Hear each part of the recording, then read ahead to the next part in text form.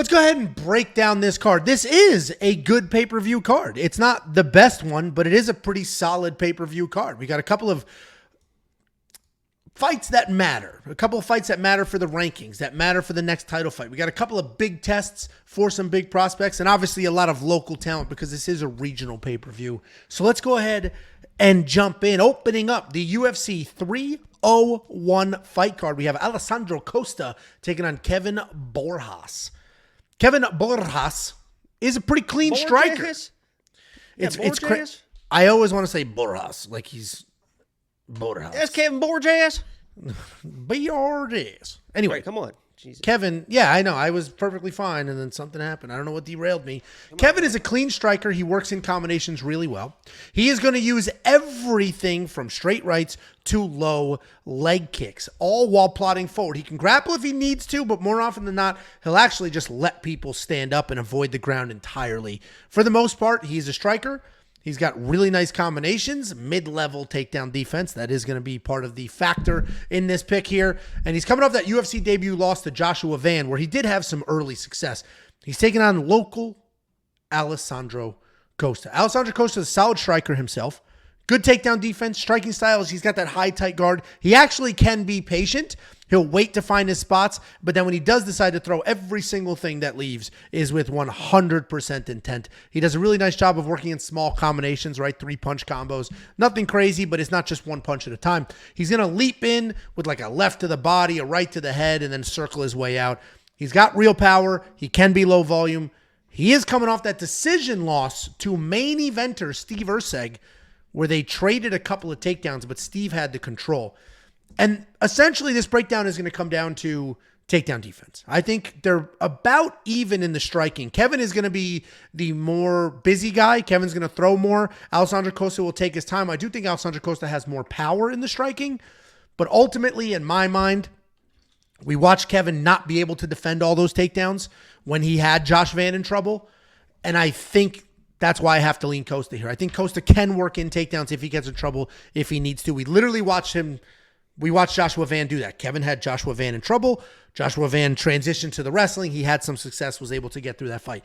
That is the only reason I'm picking Costa. Outside of that, I think straight striking, Kevin's probably the better striker, but I'm going to lead Costa because of the path to victory with the wrestling. What do you think, Jakey Bombalotes? I mean, this is as simply as I can put this is speed kills.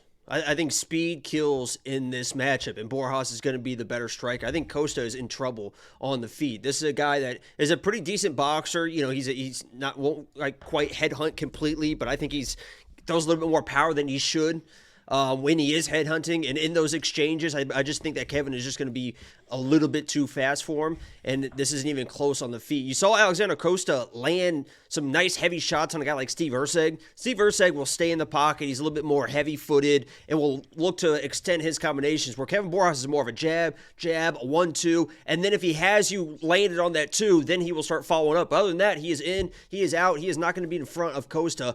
And when you talk about the takedowns and the grappling advantage, he probably is going to get a takedown or two, but what I do love about Borjas is he did have success early against Joshua Van, knocked him down. I think Joshua Van's a better fighter than Costa, by the way, but knocked him down. But even when he was kind of losing that fight and the pressure was getting to him, and Joshua Van has had way more pressure than Costa's ever going to have in this fight, he never quit, right? I mean, he never was out of that fight. He was definitely tired, but he was still swinging back. You saw the heart that this guy brings. And even if he does get taken down, he knows, I got to get back to my feet. He's not going to stay there. He's going to be working. I compared it in my video to kind of David Onama last week. David Onama was going to be the better striker against somebody that was supposed to take him down, was getting taken down, but was able to work through those positions. I see the same thing happening in Kevin.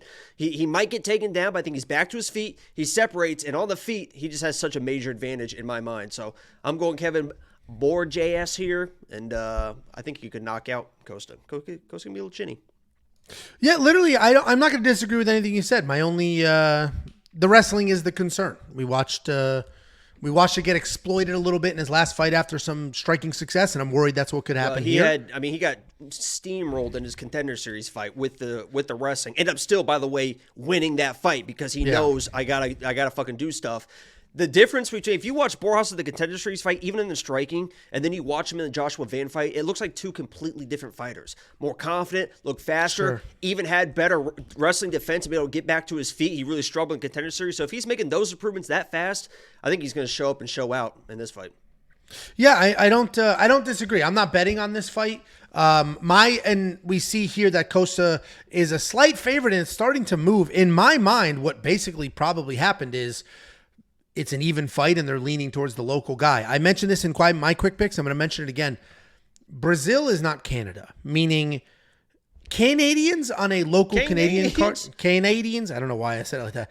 Canadians on a local Canada card, the fans will get behind them. They will be in that arena early. They will stay till the very last second of the lights being on in the arena. They will cheer. They are loud. The Brazilian fans are exciting. They love the fights, all of that. But they left during Glover's retirement speech. So I don't necessarily think fighting at home is going to give him that much of an advantage. So my mind, it's a 50-50 fight. I think people are leaning a little heavy on the local guys. You're going to notice almost every single Brazilian on this card is a favorite. And that's not matchmaking. That's people favoring the local guys, doing the Brazil parlay and things like that. It's matchmaking. It's not all matchmaking. Anyway, Jacob and I are split on this fight. DraftKings has it at basically even money. Are you going to spend the $8,000 on Kevy B? Fuck yeah. There you go, especially if you think he's going to win by finish. If you do want to unlock all the picks, the bets, the round line leans, the DraftKings plays, and more, WeWantPicks.com. Click become a member. Hold a hip and cheer, por favor. See, remember who donated the money? Thanking Jacob for calming down. Who was that? It's Brazil, okay. Man. If I could do refunds, I would. If you were bilingual, then you would. Sure. I would just burst out in Italian. You know what's funny now is I actually dream in Portuguese now. It's wild. Every single dream, every single conversation. I'm just so invested into the Brazilian culture at this point that I just can't get away from it. I'm walking through Dallas. You're going to be Mackenzie Dern. I can't wait. Just Portuguese. Como vai? Tudo bem? A ginger Mackenzie Dern. All of a sudden, your English is going to be a disaster. It's going to be. We're going to forget that you're just. Yeah, a corn country American. I'm going to be doing a breakdown one of these days and just go straight into Portuguese and not even realize it. What would be sweet is if you just didn't tell anybody. Like that TikTok of that white guy that married the Korean. Yeah, that white guy that married the Korean. And then he did his whole speech in Korean, like to the family. They're like, oh my God. Which is like crazy. So do that. Stop, fucking weirdo. WeWantPicks.com. Click become a member. It's only $10 a month. We do have a couple of super chatterooskies. Anuel Tuber says, how long have y'all known each other? Too fucking long. Is it 10 years? It's about 10. My oldest is almost 8. It'll be 8 or 9 because Indy turns 9 this year, and I had Indy when we met because I think you just got her. You had your dumbass beagle. I still do. So we've known each other 9-ish years. Seems like forever though. Feels like fucking 50. I feel like I know you so.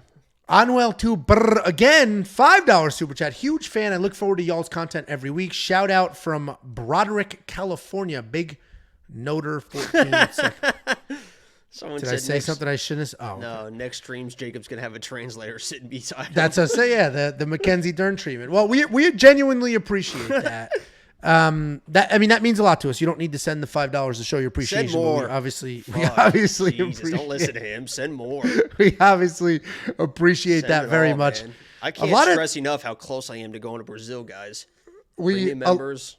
A lot of time, and you took your last couple of dollars to buy me tickets for 303. You could have spent that to go Brazil. How selfless of you. That's what I'm trying to say. Nobody wants to support me, apparently. And then again, Anuel to $1.99. Jacob's lock of the week video of Craig versus Muniz did it for me. The funniest part about that video is Jacob was on a 4-fight losing streak. Is that what it was? Probably. I've never lost 5 in a row. Yeah, he was on a 4-fight losing streak, and people were really jumping down. And it was a 4-fight losing streak, and it might have been like, with a win scattered in between. And who's an underdog this week? Don't pick that fucking stupid. Anyway.